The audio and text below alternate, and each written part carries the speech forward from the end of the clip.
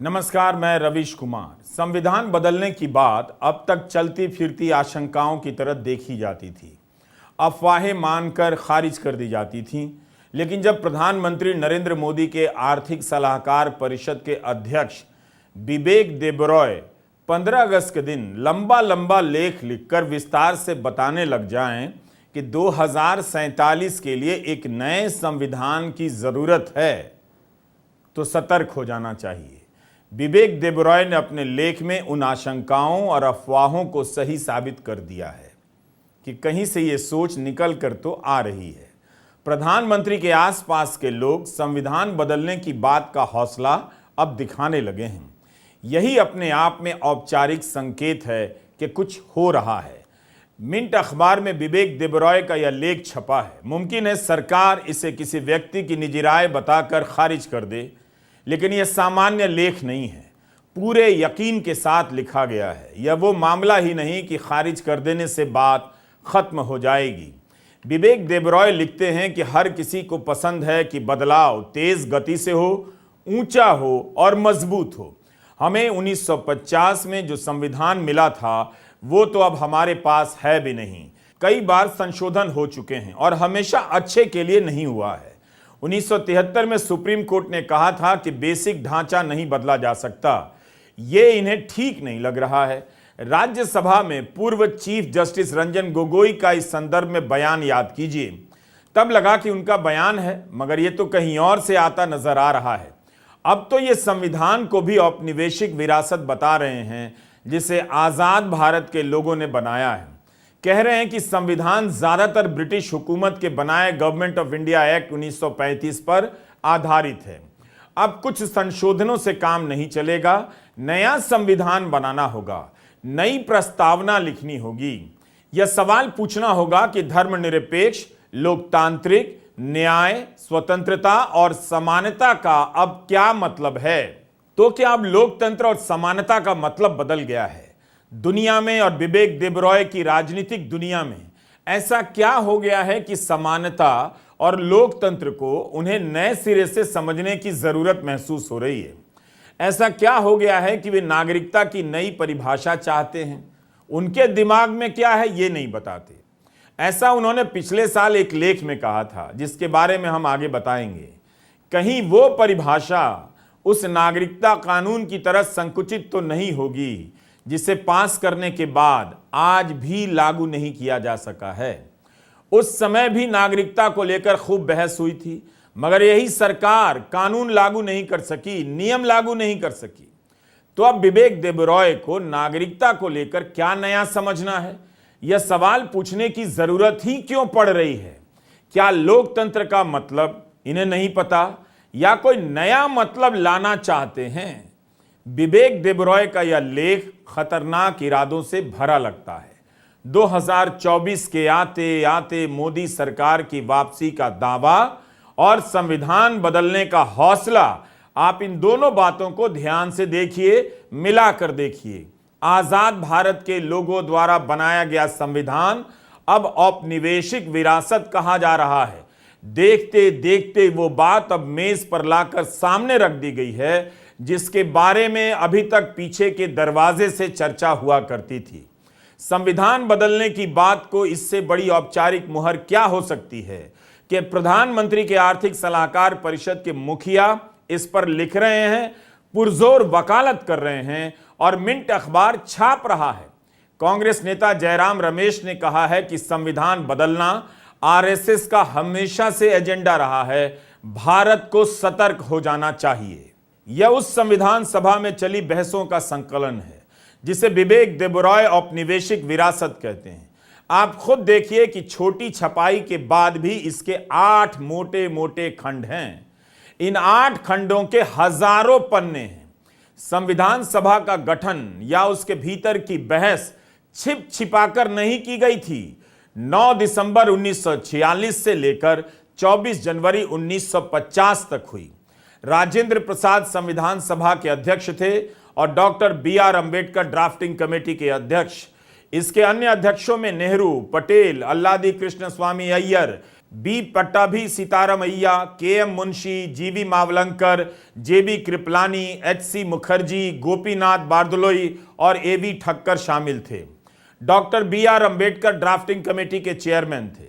इन खंडों में हजारों पन्ने हैं और उन पन्नों पर एक एक शब्द है जो तब भी और अब भी जनता के लिए उपलब्ध है। इसके बनाने की पारदर्शिता बेजोड़ है। संविधान के पहले मसौदे को छापकर आम जन के बीच पहुंचाया गया ताकि इस पर लोगों की प्रतिक्रिया, सुझाव और आलोचना समिति तक पहुंच सके। इस पर मिलने वाले सुझावों को लेकर 4 बार बैठकें हुई और मसौदे में बदलाव कर फिर से छापा गया। 2 साल 11 महीने और 17 दिन की बहस के बाद भारत की संविधान सभा ने संविधान तैयार किया। इसके 11 सत्र हुए जो कुल 165 दिन बैठे। 300 से अधिक सदस्य इसमें शामिल थे। 17 समितियां बनाई गईं जिन्होंने अलग अलग मुद्दों पर काम किया। बहस चली तो 7,635 संशोधनों के प्रस्ताव रखे गए। 2,473 संशोधन स्वीकार किए गए। इस तरह से भारत का यह महान संविधान पास हुआ। इतने लोकतांत्रिक तरीके से एक एक बात पर विचार विमर्श के बाद संविधान बनाया गया। और अब नरेंद्र मोदी के आर्थिक सलाहकार परिषद के चेयरमैन को यह समझना है कि लोकतंत्र, समानता, नागरिकता का मतलब क्या है और यह संविधान औपनिवेशिक विरासत नजर आ रहा है। जनाब ये समझा रहे हैं कि 105 संशोधन हो जाने से संविधान मूल रूप में नहीं रहा। क्या वे मानते हैं कि भारत की जनता ने अब हमेशा हमेशा के लिए सोचना समझना बंद कर दिया है? आप यह भी देखिए कि संसद की नई इमारत का उद्घाटन हो रहा था तो पुरानी इमारत को गुलामी का प्रतीक कहा जाने लगा। विपक्ष ने अपने गठबंधन का नाम इंडिया रख लिया तो इंडिया को गुलामी का प्रतीक बताने लग गए। भारतीय दंड संहिता बदलने के समय गुलामी का प्रतीक कहा जा रहा है और अब संविधान को ही कहा जा रहा है कि यह गुलामी की विरासत है। जिस संविधान का एक एक पन्ना, एक एक शब्द आजादी का प्रतीक है, उसे ये गुलामी की विरासत बता रहे हैं। आजादी का इतिहास बदलने की बात करते करते आजादी से जुड़ी हर चीज पर किस तरह से हमला हो रहा है आप देखिए। कोशिशें लगती हैं कि आप आजादी को गुलामी कहने लग जाएं और ये जो कहना चाहते हैं उसे आजादी मान लें और संविधान बदल दें। वकील गौतम भाटिया की एक किताब आई है अनसील्ड कवर्स, हार्पर कॉलिंस से छपी है हाल ही में। पिछले 10 साल के दौरान अदालत के फैसलों का विश्लेषण किया है देखने के लिए कि कितना कुछ बचा है, कितना कुछ मिट चुका है। उनकी राय विवेक देबरॉय के लेख पर। विवेक देबरॉय जी ने कहा है कि संविधान को, एक नए संविधान को लिखना जरूरी है क्योंकि हमारा संविधान जो है वो एक कॉलोनियल लेगेसी है। तो इस विषय में ये बात जानना जरूरी है कि संविधान के कुछ भाग ऐसे हैं जैसे कि मौलिक अधिकार, फेडरलिज्म, जो ना केवल कॉलोनियल लेगेसी नहीं है बल्कि ब्रिटिश सरकार के खिलाफ जो आज़ादी की लड़ाई थी उसके महत्वपूर्ण भाग हैं। और पिछले 10 साल में संविधान के जो ये भाग हैं उन्हें मिटाया जा रहा है। जैसे यूएपीए में लोगों को बेल नहीं मिलती, वो कई साल जेल में रहते हैं ट्रायल के बगैर। ये इस मामले पे बात करना ज़रूरी है। और ये बात भी है कि संविधान के जो भाग हैं जो है कॉलोनियल लेगेसी, जैसे कि डिटेंशन, गवर्नर का रूल, इन भागों को काफ़ी और मजबूत बनाया जा रहा है। तो ये बात जानना फिर जरूरी है। संविधान बदलने की पुरजोर वकालत प्रधानमंत्री के करीबी व्यक्ति ने की है। क्या प्रधानमंत्री इस व्यक्ति को बर्खास्त करेंगे? उनकी व्यवस्था का एक आदमी अखबार में लिख रहा है कि 2047 के लिए नया संविधान चाहिए। वो भी 15 अगस्त के दिन छप रहा है कि संविधान बदलने का वक्त आ गया है। भारतीय जनता पार्टी लगातार देश के संविधान को, देश के सबसे सेक्रेड डॉक्यूमेंट को पर प्रहार करती है, उसको कमजोर करने की अनवरत कोशिश करती रहती है। मोदी सरकार भी यही काम करती है और इसीलिए इंस्टीट्यूशन, संस्थाओं को कमजोर किया जा रहा है क्योंकि इन्हीं के बूते पर तो संविधान जीवित रखा जाता है। लेकिन 77वें स्वाधीनता दिवस पर सरकार के जो आसपास के करीबी लोग हैं वो अब पूरे खुले तौर पर यह कह रहे हैं कि संविधान को बदलने का वक्त आ गया है। आखिर वो ऐसा क्यों कह रहे हैं और इसके पीछे कौन सी सोच है, ये बात करना जरूरी है। ये संविधान क्या है? ये संविधान हमारे फाउंडिंग फादर्स ने भारत की नींव रखने के लिए बनाया था और इसी संविधान में हमारी विविधताएं, चाहे वो धर्म हो, चाहे वो जाति हो, चाहे वो भाषा हो, वेशभूषा हो, हर तरह की चीजें, उसको संजोने का काम करता है ये संविधान। ये संविधान ही है जो हिंदुस्तान के सबसे गरीब और सबसे अमीर आदमी को एक वोट देता है। ये संविधान ही है जो कानून के सामने सबको एक लाइन में खड़ा करता है। कोई फर्क नहीं पड़ता आप किस धर्म से हो, किस जाति से हो, किस संप्रदाय से हो, कितने अमीर हो, कितने गरीब हो, शिक्षित हो या अशिक्षित हो, कोई फर्क नहीं पड़ता है। तो संविधान इक्वालिटी की बात करता है। यह संविधान है जो हमें स्वतंत्रता देता है, विचारों की, अभिव्यक्ति की, हर तरह की स्वतंत्रता, स्वतंत्रता जीने की, जो लिबर्टी की बात आती है। यह संविधान है जिसने इस देश को एक तार में पिरोकर रखा हुआ है। अलग अलग भाषा बोलने वाला यह देश, अलग अलग खान पान वाला यह देश, अलग अलग मान्यताओं वाला यह देश एकजुट है तो संविधान की वजह से है। आखिर क्या जरूरत पड़ गई भारतीय जनता पार्टी के लोगों को यह कहने की कि संविधान बदल देना चाहिए? जिस संविधान की शपथ लेकर नरेंद्र मोदी प्रधानमंत्री बने, जिसके अंतर्गत लोकतांत्रिक प्रणाली के चलते उनकी सरकार चल रही है, आज उस संविधान को बदलने की कौन सी जरूरत आन पड़ी है? वो जरूरत इसलिए आन पड़ी है क्योंकि आप इस देश को एक रंग में रंग देना चाहते हैं। आप बहुरंगी इस देश को, आप विविधताओं से भरे इस देश को एक रंग, एक विचार, एक भाषा, एक भूषा, एक तरह की मानसिकता थोप देना चाहते हैं। लेकिन यह देश है, यह जीती जागती संस्कृति है और यह ऐसा करने से बदलेगी नहीं।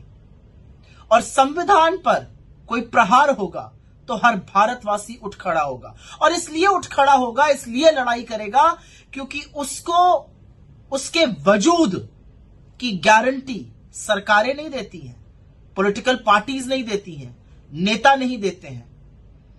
उसको गारंटी संविधान देता है।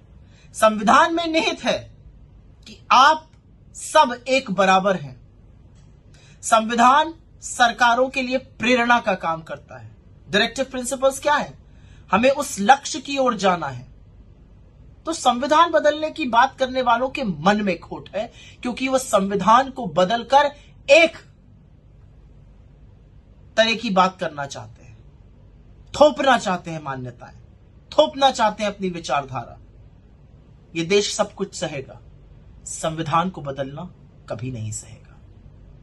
केंद्र सरकार ने लोकसभा में 3 विधेयक पेश किए हैं और आईपीसी, सीआरपीसी, एविडेंस एक्ट में संशोधन का प्रस्ताव रखा है, बदलने का प्रस्ताव रखा है। भारतीय दंड संहिता के प्रावधान देश की तमाम अदालतों में परीक्षणों से गुजरते रहे हैं। अब ये घिसकर, रचकर, रमकर भारतीय हो चुके हैं। सीआरपीसी तो 1973 की है, वो कब से औपनिवेशिक हो गई। विवेक देबरॉय इससे उत्साहित हो गए हैं, इसका भी हवाला लेकर नए संविधान की बात करने लग गए हैं। मौजूदा संविधान को औपनिवेशिक विरासत बता रहे हैं। भारत के संविधान में कई देशों के विधान, संविधान का प्रभाव है, लिया भी गया है, लेकिन क्या इसी से वो औपनिवेशिक विरासत कहा जाएगा और इस आधार पर उसके बदलने की बात कही जाएगी? संविधान में संशोधन उसे समय के अनुकूल बनाने के लिए किए जाते हैं, किए जाते रहेंगे, मगर विवेक देबरॉय के अनुसार इतने संशोधन हो गए हैं कि अब इसे बदलने का ही वक्त आ गया है। इरादा क्या है? क्या वही इरादा है जो कपिल सिब्बल इन संशोधनों के पीछे देख रहे थे और पूछ रहे थे? कि जो ये बात करते हैं ना कि हम कॉलोनियल माइंडसेट, कॉलोनियल ईरा जो कानून है उनको खत्म करना चाहते हैं, तो मेरा मानना ये है, जब मैं आपको ये बातें बताऊंगा, कि इनकी सोच ये है कि कानून द्वारा इस देश में डिक्टेटरशिप लाई जाए, ऐसे कानून बनाए जाएं जिसमें जज के खिलाफ भी कार्रवाई हो सकती है, किसी अधिकारी के खिलाफ भी कार्रवाई हो सकती है, किसी बैंक के अधिकारी जिसको हम पब्लिक सर्वेंट कहते हैं उसके खिलाफ भी कार्रवाई हो सकती है, सीएजी और कोई भी अधिकारी जो सरकार में काम करता है उसके खिलाफ भी कार्रवाई हो सकती है। मैजिस्ट्रेट के खिलाफ भी हो सकती है, हाई कोर्ट जज के खिलाफ भी हो सकती है, सुप्रीम कोर्ट जज के खिलाफ भी हो सकती है।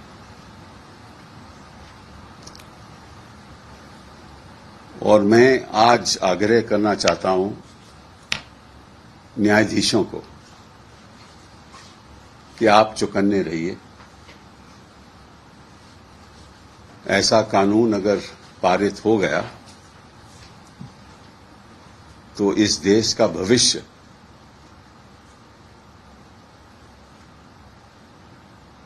खतरे में हो जाएगा। विवेक देबरॉय ने कहा है कि भारत के संविधान में संशोधन हुए हैं और सारे बेहतरी के लिए नहीं हुए।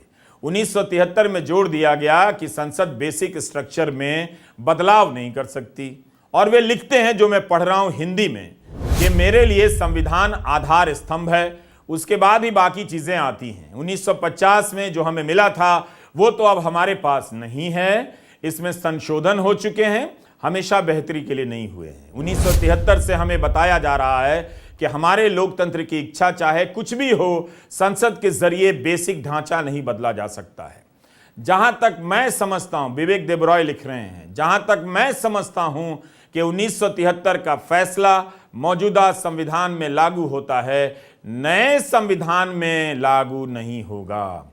तो इनका इरादा साफ है, ये बेसिक स्ट्रक्चर को बदलना चाहते हैं, जिसे बदलने से सुप्रीम कोर्ट ने रोक दिया है। विवेक देबरॉय कहते हैं कि कोर्ट का यह आदेश मौजूदा संविधान पर लागू होता है, जो नया बनेगा उस पर नहीं। तभी मैंने कहा कि यह अनायास लेख नहीं है, ऐसा नहीं कि किसी और ने चाहा और लिख दिया, काफी सोच समझकर लिखा गया है। इस लेख में विवेक देबरॉय आंकड़ा देते हैं कि कई देशों के संविधान की औसत उम्र 17 साल है और यह 2023 आ गया है। 1950 के बाद 73 साल हो गए हैं भारत के संविधान को। प्रधानमंत्री के आर्थिक सलाहकार परिषद के अध्यक्ष भारत के इस संविधान को लेकर कितने बेसब्र और बेचैन हैं, संविधान बदलना चाहते हैं, कह रहे हैं कि 1935 के गवर्नमेंट ऑफ इंडिया एक्ट पर आधारित है और यह औपनिवेशिक विरासत है। विवेक देबरॉय ने जब बेसिक स्ट्रक्चर बदलने के लिए नए संविधान की बात कही, तब आपका ध्यान कहां जाना चाहिए था? यह सवाल मैं आपसे कर रहा हूं और जवाब खुद भी दे रहा हूं। 8 अगस्त को राज्यसभा में पूर्व चीफ जस्टिस रंजन गोगोई ने कहा कि संविधान के बेसिक ढांचे को लेकर बहस हो सकती है, विवाद हो सकता है। 16 मार्च 2020 को राज्यसभा में ये सांसद के रूप में मनोनीत हुए। उसके बाद से 3.5 साल के बाद यह इनका पहला भाषण था और पहले ही भाषण में रंजन गोगोई बेसिक स्ट्रक्चर की बात उठा देते हैं कि इसकी बहस अभी खत्म नहीं हुई है, बता देते हैं, जबकि कोर्ट ने कहा है कि संसद बेसिक स्ट्रक्चर नहीं बदल सकती है। यही नहीं, खुद चीफ जस्टिस के पद पर रहते हुए कई फैसलों में रंजन गोगोई 1973 के फैसले को सही मानकर उल्लेख कर चुके हैं कि संसद संविधान के बेसिक स्ट्रक्चर को नहीं बदल सकती है। अब यही बात एक हफ्ते के भीतर विवेक देबरॉय कह रहे हैं, तो यह संयोग नहीं हो सकता। रंजन गोगोई को कहे 1 हफ्ता भी नहीं हुआ कि अब विवेक देबरॉय ने लेख लिख दिया। कितना सब कुछ जुड़ा जुड़ा सा है। यह सब अनायास या रैंडम नहीं है, बल्कि मैं यही कह रहा हूं कि यह सोच भीतर भीतर पकने के बाद अब लिखित रूप में बाहर आने लगी है। ये सारे विचार हवा से नहीं आए हैं। यह दिवंगत अरुण जेटली का ब्लॉग पोस्ट है, 18 अक्टूबर 2015 का लेख। उस समय सुप्रीम कोर्ट ने नेशनल जुडिशियल अपॉइंटमेंट कमीशन को रद्द कर दिया था, यह कहते हुए कि यह बेसिक स्ट्रक्चर के विरुद्ध है।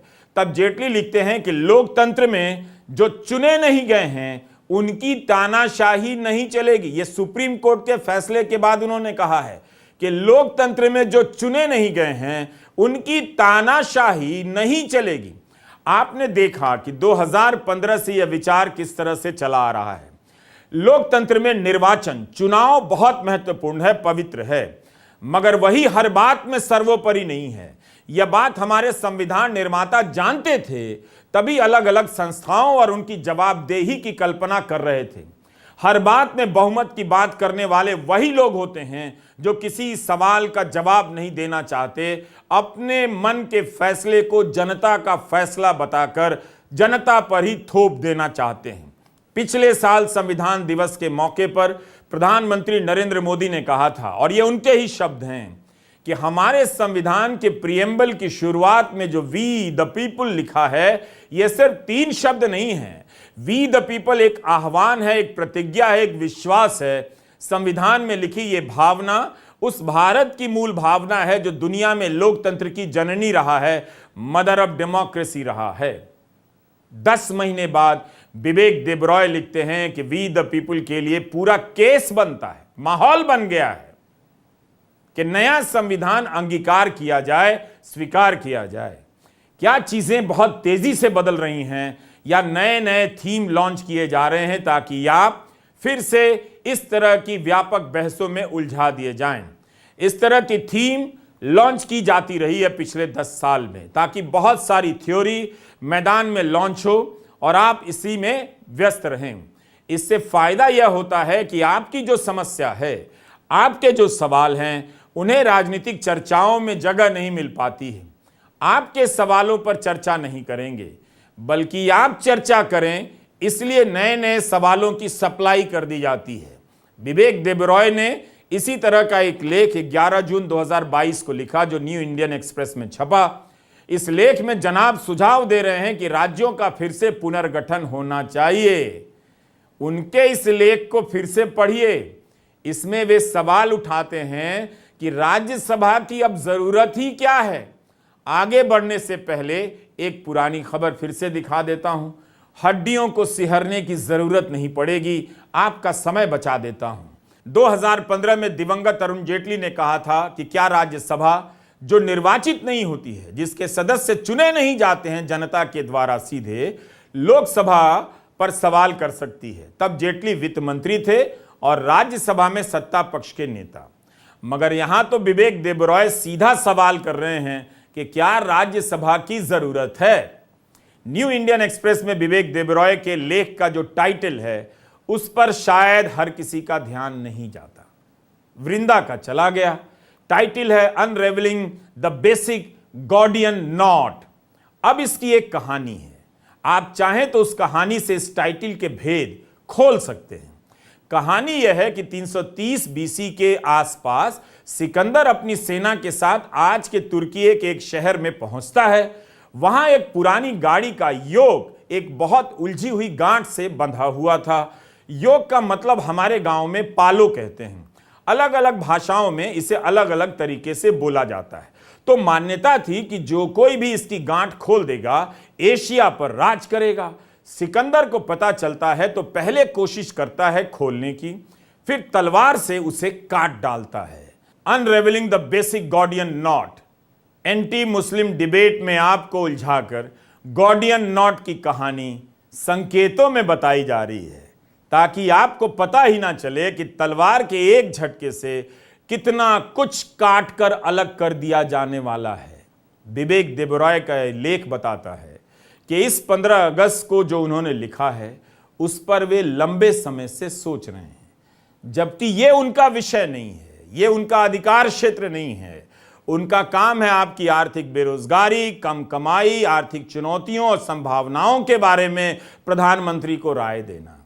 जून 2022 में उनका जो लेख है, उसके एक हिस्से में वे कहते हैं कि क्या हमें नागरिकता की नई परिभाषा की जरूरत नहीं है।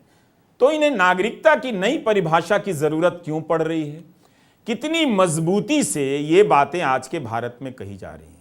कोई हफ्ता नहीं गुजरता है जब किसी सड़क या लाइब्रेरी या किसी इमारत का नाम नहीं बदला जाता है।